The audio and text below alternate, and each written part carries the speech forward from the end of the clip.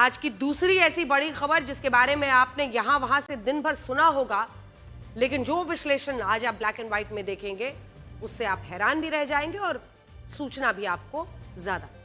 खैर, तो बताते हैं कि कैसे एक ड्रग लॉर्ड की हत्या ने पूरे मेक्सिको को गृह युद्ध की आग में धकेल दिया। सोचिए, एक माफिया मारा जाता है, वो भी ऐसा वैसा ड्रग लॉर्ड नहीं, कुख्यात था वो अमेरिका से लेकर मेक्सिको में,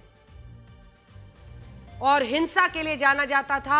अनेकों लोगों की हत्याओं का उस पर आरोप था। उसने कैसे कैसे कारनामे किए थे ये सब हम आपको बताएंगे। लेकिन उसके मारे जाने पर अपनी ही सरकार के खिलाफ लोग सड़कों पर उतरकर आगजनी कर रहे हैं और हालात ऐसे हो गए हैं कि इन शहरों को ठप कर दिया गया है। हालात इतने खराब है कि मेक्सिको के 14 से ज्यादा शहर हिंसा की आग में जल रहे हैं। अगर आप इन तस्वीरों को ध्यान से देखेंगे तो आपको भी यही लगेगा कि श्रीलंका, बांग्लादेश, नेपाल और पेरू जैसे देशों की तरह मेक्सिको में भी आम जनता सड़कों पर उतरकर सरकार के खिलाफ हिंसक विरोध प्रदर्शन कर रही है, जबकि हकीकत में ऐसा नहीं है।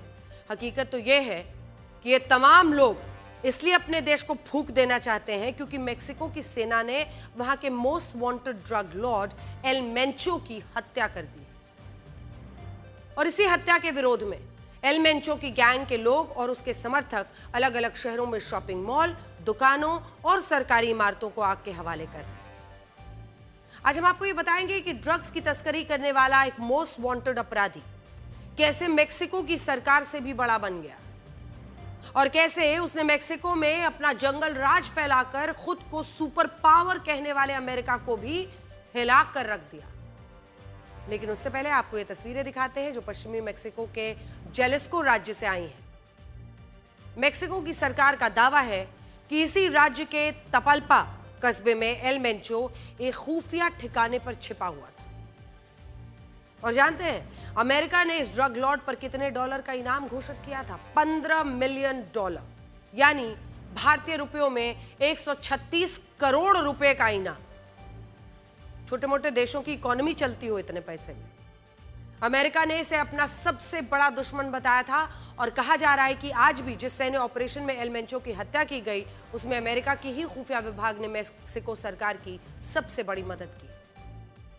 सबसे पहले अमेरिका ने मेक्सिको को यह बताया कि एल मेंचो किस खुफिया ठिकाने पर छिपा है, और इसके बाद 22 फरवरी को मेक्सिको की सेना, वायुसेना और नेशनल गार्ड के जवानों ने एक ऑपरेशन लॉन्च कर दिया जिसमें 1,500 से ज्यादा जवान शामिल थे। मेक्सिको की सरकार का कहना है कि उसका मकसद एल मेंचो को जिंदा पकड़ना था, लेकिन सैन्य ऑपरेशन के दौरान एल मेंचो की गैंग के लोगों ने भारी गोलीबारी की, बख्तरबंद गाड़ियों में छिपाकर मेक्सिको के सुरक्षा बलों को निशाना बनाया, और इसी मुठभेड़ में एल मेंचो और उसके गैंग के कुल 7 लोग मार गिराए गए। इसके अलावा सरकार का यह भी दावा कर रही है कि इस मुठभेड़ के बाद वो एल मेंचो को घायल हालत में एयरलिफ्ट करके मेक्सिको सिटी के सबसे बड़े हॉस्पिटल लेकर आई थी, लेकिन इसी दौरान एल मेंचो ने दम तोड़ दिया, उसकी मौत हो गई। एक ड्रग लॉर्ड और एक ड्रग लॉर्ड की हत्या पर मेक्सिको की सरकार को इतनी सफाई देनी पड़ रही है, वो इसलिए क्योंकि एल मेंचो को मेक्सिको में वहां की सरकार से भी ज्यादा ताकतवर माना जाता था।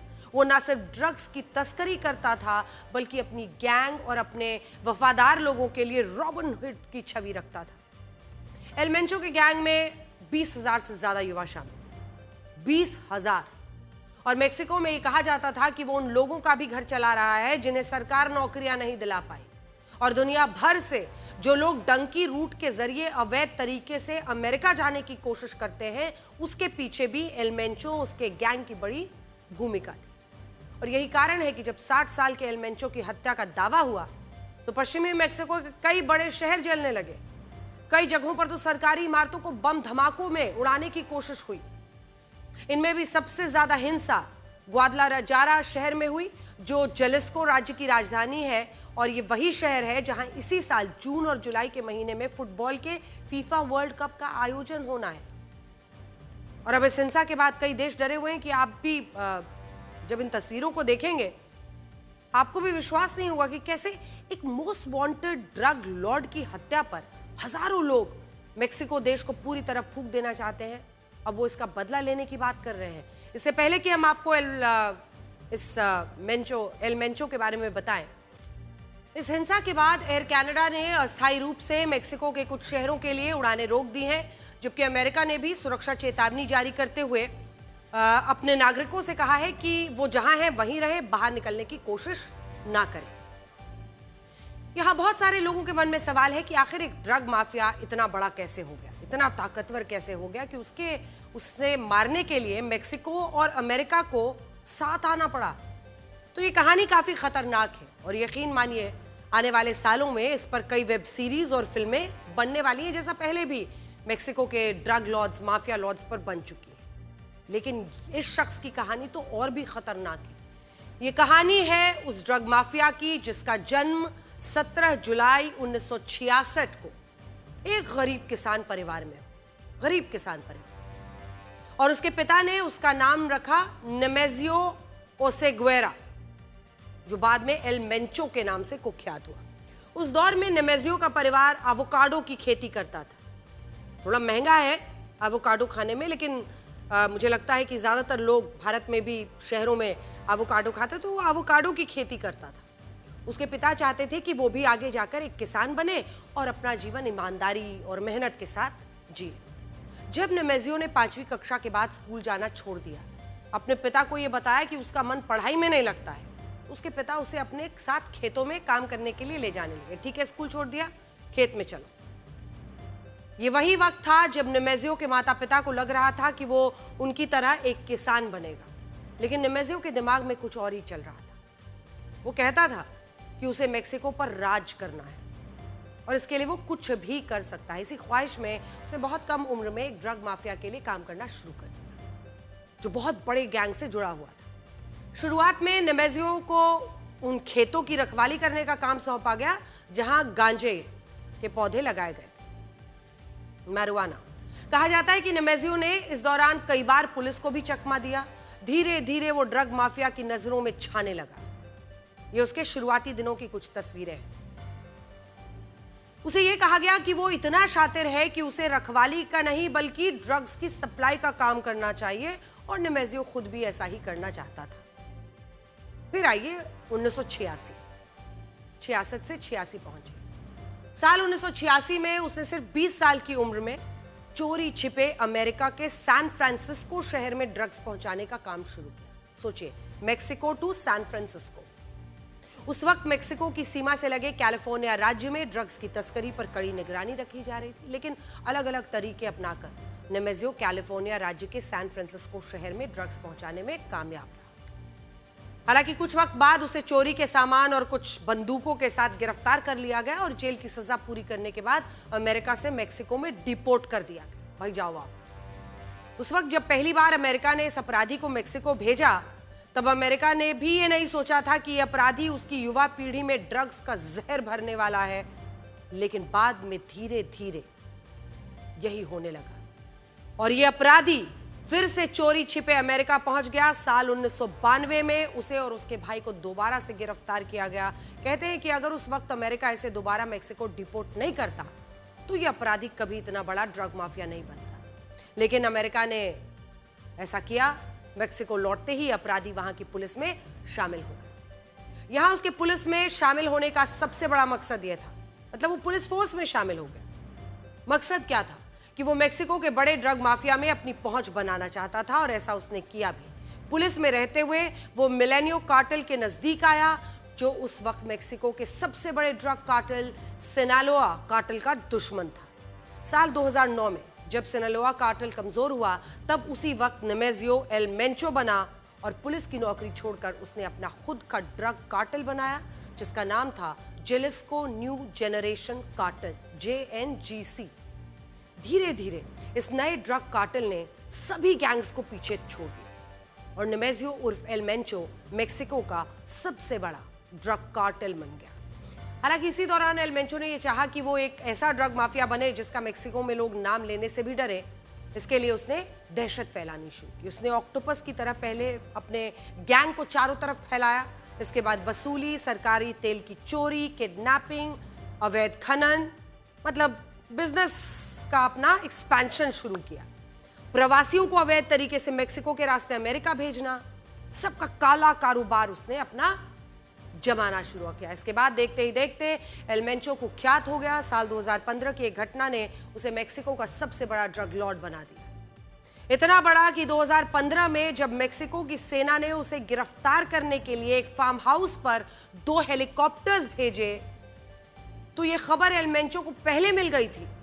उसने अपनी बख्तरबंद गाड़ी से सेना के एक हेलीकॉप्टर को हवा में ही नष्ट कर दिया। ये देखिए, इस हमले में मेक्सिको की सेना के 8 जवान मारे गए और एल मेंचो का खौफ पूरे देश में फैल गया। इन प्रतीकात्मक तस्वीरों से हम आपको ये पूरी कहानी समझा रहे हैं। स्थिति ये हो गई कि सरकार को सबक सिखाने के लिए एल मेंचो के गैंग ने पूरे देश में 24 पुलिस वालों की भी हत्या कर दी। सिर्फ हेलीकॉप्टर नहीं गिराया, उसके बाद पुलिस वालों की हत्याएं शुरू कर दी ताकि उसका खौफ पूरे मेक्सिको में बोले। और इसके बाद एल मेंचो को कोई रोक नहीं पाया। उसे ऐसा भूत कहा जाने लगा। उसे वाकई वहां पर भूत कहा जाता था, द घोस्ट, जो कहीं नजर नहीं आता। उसकी तस्वीरें भी बहुत कम, 2-3 ही तस्वीरें हैं जो आप देख रहे हैं हर जगह, लेकिन सारे गलत काम उसी की गैंग के जरिए होते थे। 9,000 करोड़ रुपए का काला कारोबार एल मेंचो ने खड़ा किया। कहते हैं कि उसके पास 20,000 अपराधियों की फौज थी, जिसके पास महंगी राइफल्स के अलावा यूरोप में बीन तोपें थी। साल 2020 में जब मेक्सिको सिटी के पुलिस चीफ की एल मेंचो ने हत्या कराई, आप सोचिए, मेक्सिको के पुलिस चीफ की भी हत्या एल मेंचो ने करा दी। उस पर 400 से ज्यादा गोलियां चलवाई।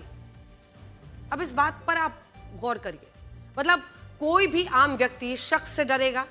जब पुलिस चीफ ही सुरक्षित नहीं था इस शख्स से, जब पुलिस चीफ को ही 400 से ज्यादा गोलियां चलवाकर मरवा दिया एल मेंचो ने, तो मेक्सिको की सरकार भी एल मेंचो के नाम से कांपने लगी। एल मेंचो ने अपने ड्रग्स के काले कारोबार को फैलाने के साथ अपनी दहशत को बढ़ाने के लिए ड्रोन्स का इस्तेमाल किया। ड्रोन्स पर विस्फोटक लगाकर अलग अलग शहरों में बड़े धमाके कराए। मेक्सिको की सरकार भी उसके आगे बेबस हो गई। हालांकि यहाँ एल मेंचो मेक्सिको से ज्यादा अमेरिका के लिए खतरनाक साबित हुआ। जिस अमेरिका में ड्रग्स के कारण हर साल 80,000 से 1 लाख लोग मर रहे थे, उस अमेरिका के California, Texas, Arizona, Illinois, Chicago, New York, Midwest के कई शहरों में एल मेंचो की ड्रग्स भर भर के पहुंच रही थी। हाल ही में जिस फेंटेनिल ड्रग की तस्करी को लेकर राष्ट्रपति ट्रंप ने सख्ती की, उसके पीछे भी एल मेंचो और उसकी गैंग थी। और यही कारण है कि अमेरिका ने उस पर 136 करोड़ रुपए का इनाम रखा था। और आज भी जब उसकी हत्या हुई, तब एल मेंचो के खुफिया ठिकाने की जानकारी अमेरिका ने ही दी। हालांकि यहां यह भी कहा जा रहा है कि राष्ट्रपति ट्रंप ड्रग्स माफिया पर कार्रवाई के लिए मेक्सिको की सरकार पर पिछले कई साल से दबाव बना रहे थे। मेक्सिको पर उन्होंने 25% टैरिफ लगा दिया था, क्योंकि वो तो टैरिफ को हथियार की तरह इस्तेमाल करते हैं दबाव बनाने के लिए, जिसके कारण मेक्सिको की सरकार ने राष्ट्रपति ट्रंप को खुश करने के लिए अमेरिका के नंबर 1 दुश्मन एल मेंचो की हत्या करा दी। अब ऐसी उम्मीद है कि अमेरिका मेक्सिको को लेकर ज्यादा सख्ती नहीं दिखाए।